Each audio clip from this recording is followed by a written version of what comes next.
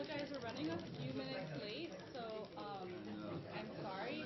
If you want to be cooler, we have a live stream of the room in our reception area and couches and stuff there if you want to sit down. We finally got it working, so thank you to our IT people. It's a little cooler out there too, so I apologize. Just want to let you know we're running a few minutes late. Thanks. Thanks, Brad.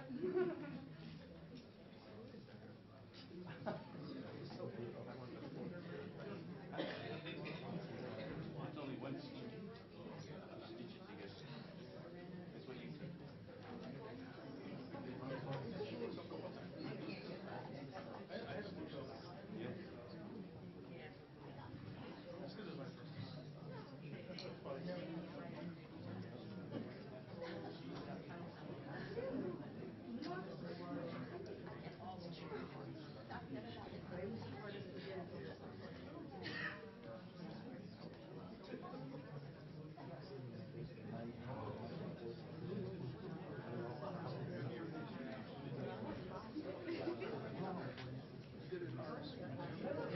Yeah.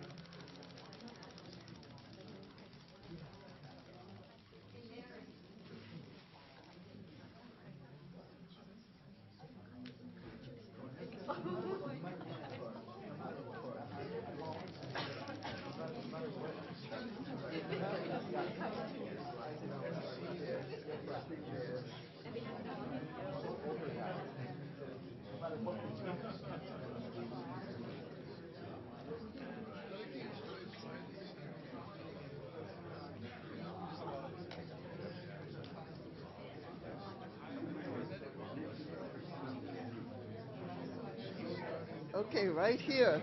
You folks deserve this. Thank you.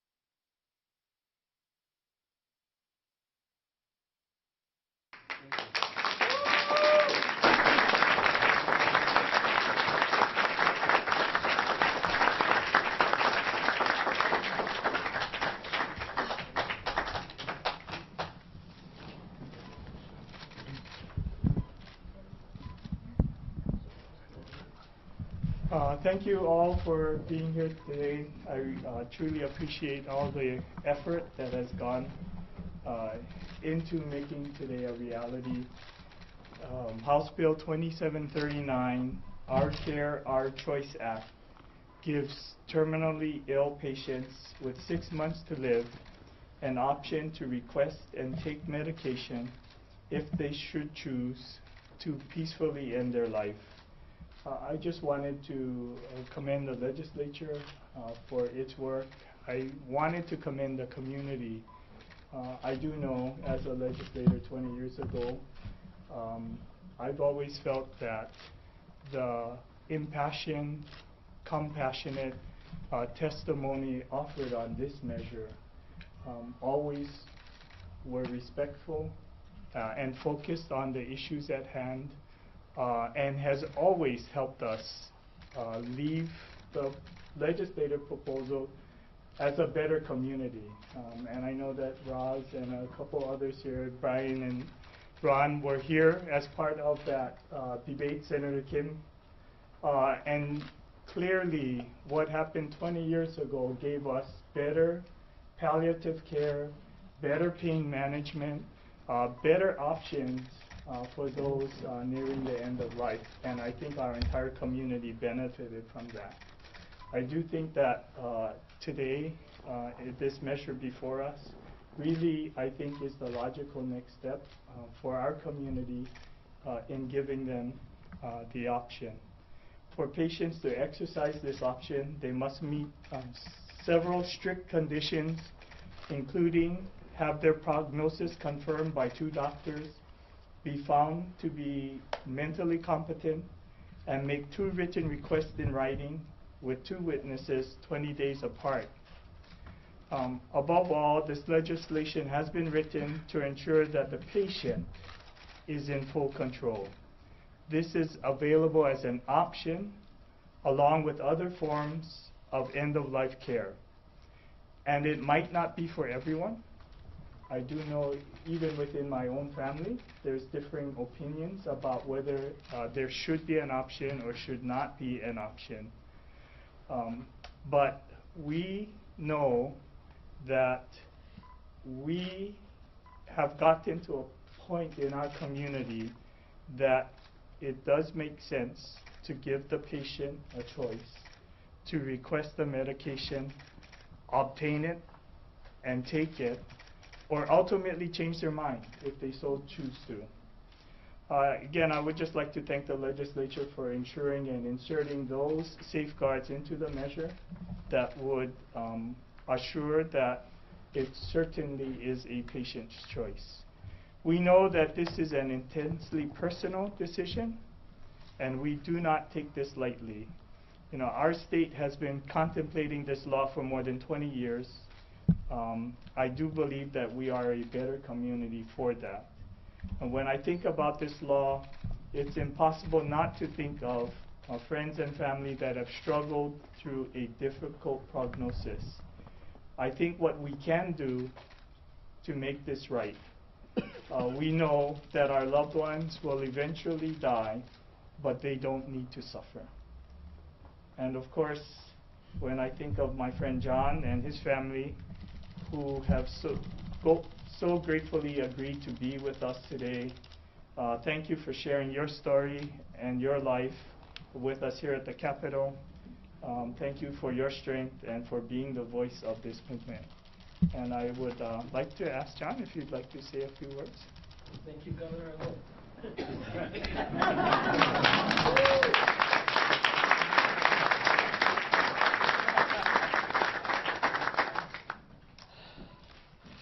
I'll hold this one.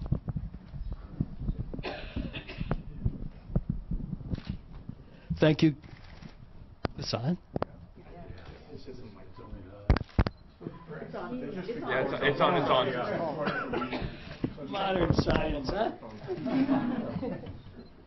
Well, I'm very impressed to see everybody here this morning.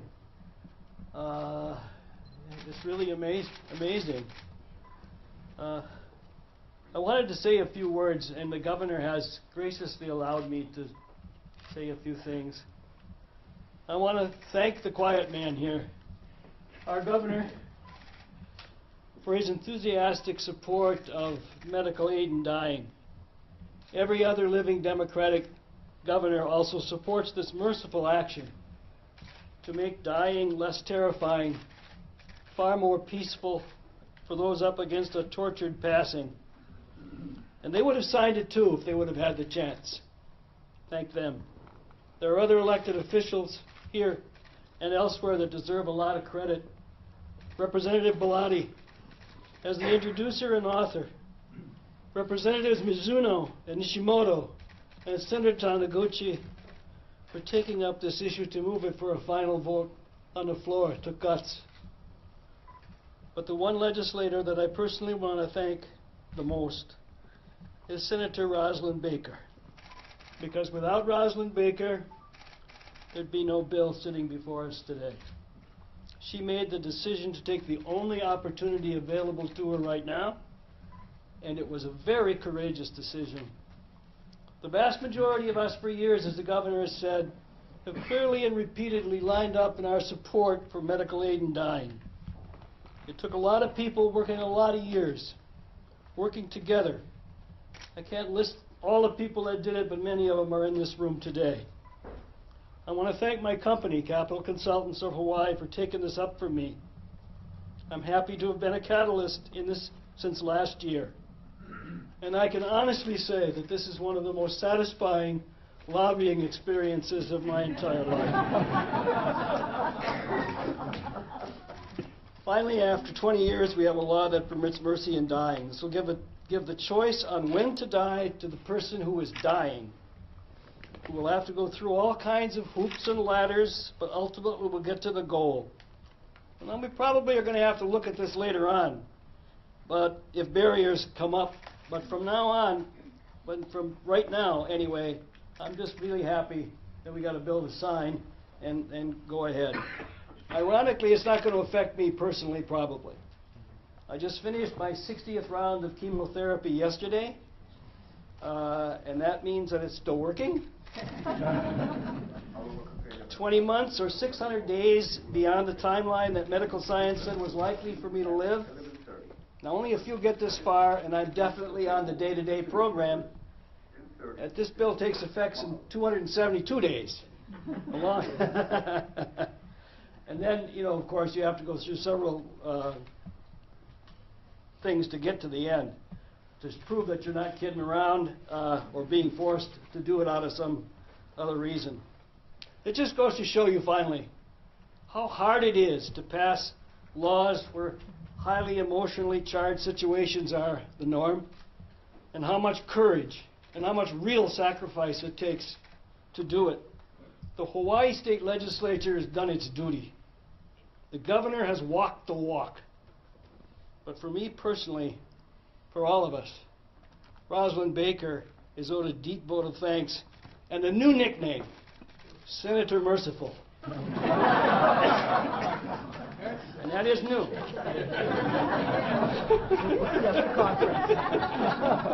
After conference. Oh, finally, everybody, thank you for allowing me to work on this issue with all the others who did it longer and harder and who beat down the doors. God bless everyone. Thank you. Thank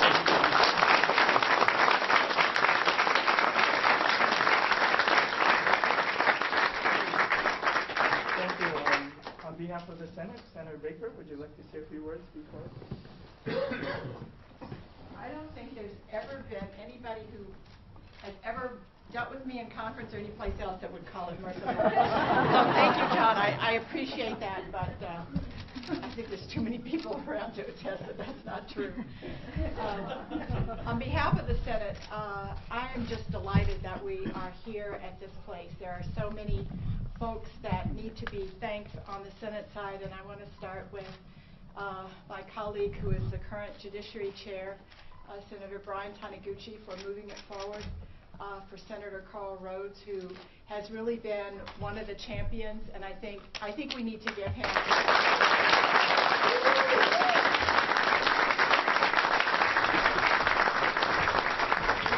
because he really took the bull bull by the horn, so to speak, last year when we moved another bill.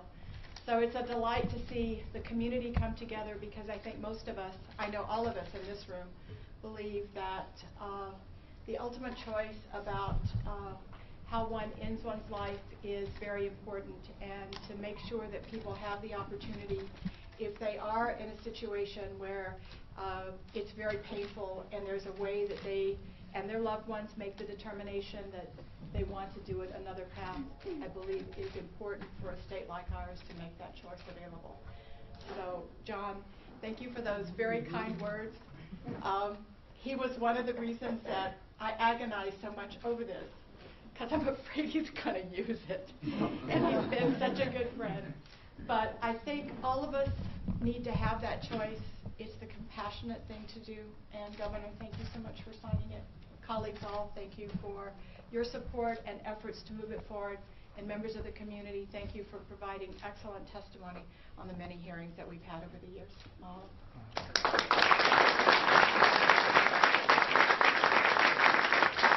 behalf of the House Majority Leader, Della Al-Biladi. So I just have three really brief kind of comments to make. The first is to thank the governor for signing this, and of course, for if there's any AGs in the room, to thank them for finally coming around to our point of view and accepting our language. We really appreciate the partnership with the executive branch.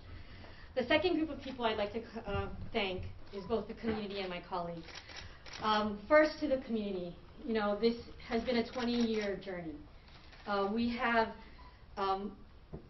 in the past, we've lost some people who've worked hard on this, long and hard on this. I'm not going to be able to mention everybody's names, but there's a couple of key people. I think when we look at 1998 and we look at the people who were there then, we know it's Aquan Nakarath was a strong, vibrant voice. We know Max Botticelli as a pain and palliative care specialist and an instructor at JAPSOM. We know Jeff Crabtree, who struggled with his own struggles in the courts with his own mother. Mary Cook, so many of these individuals. Joining those names are people like today we have in the community, Lucien Wong, Scott Foster, Mary Joyner, and of course John Radcliffe. Thank you to all of you for struggling with us and for pushing us and helping us evolve in our thinking as legislators. When I look back on the legislative process, you know, there are names like, and I have to get this right again, I'm not going to say everybody, but we have names like Hamakawa, Blake Oshiro, Marita, Suki, Thielen. We have names today that are joining those groups. And I'm going to say all my representatives, colleagues, because I have to, in the room.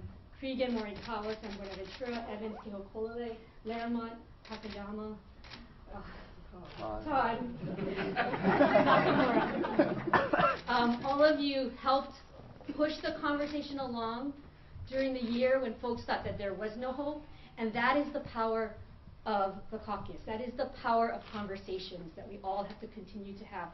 So you may be disappointed in 1 year, but you have to keep coming back and having those conversations. My two colleagues that I have to really thank on the House side are Representatives Mizuno and Representative Nishimoto. We struggled with this, we listened, and we worked hard. On the Senate, again, all of the senators, but especially Senator Rhodes, Senator Taniguchi, and Senator Baker. We could not have done this without you, and I thank you all. My last comment is that for me, what this bill is about a choice.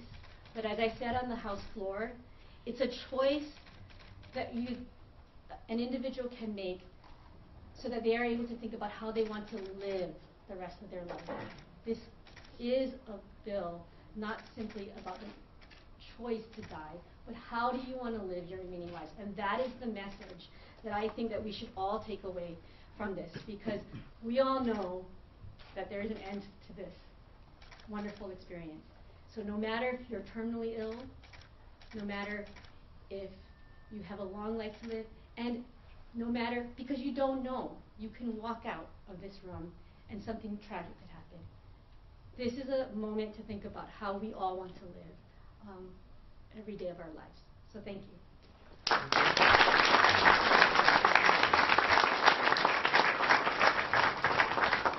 John, if you could cover, all the legislators can join when we sign.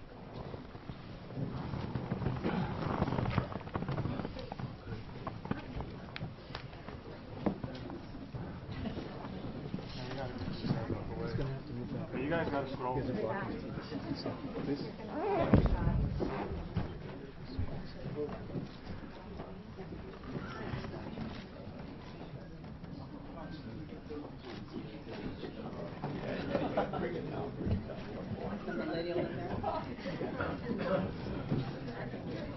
Oh gosh, I'm so sorry. Okay, House Bill 2739, House Draft 1, relating to health.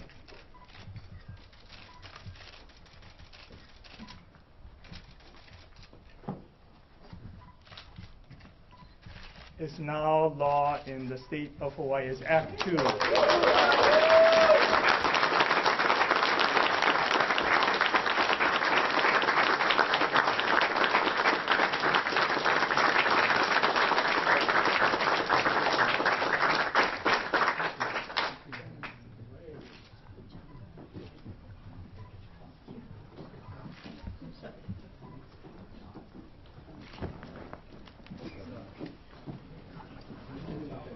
For those that can, if you could just stay up there, we'll take a few pictures.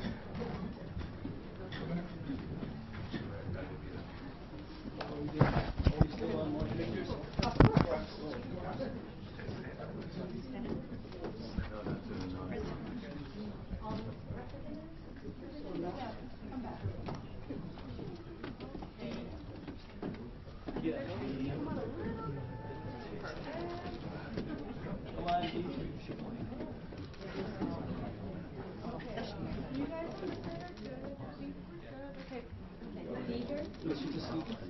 Oh, okay.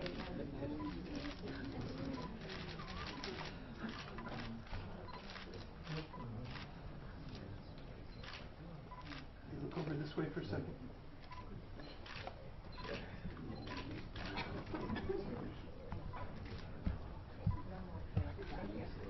Hold on, 1, 2, 3.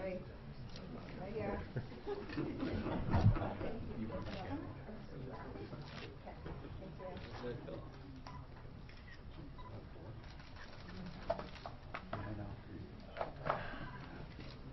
Okay, everyone good? Okay, thank you.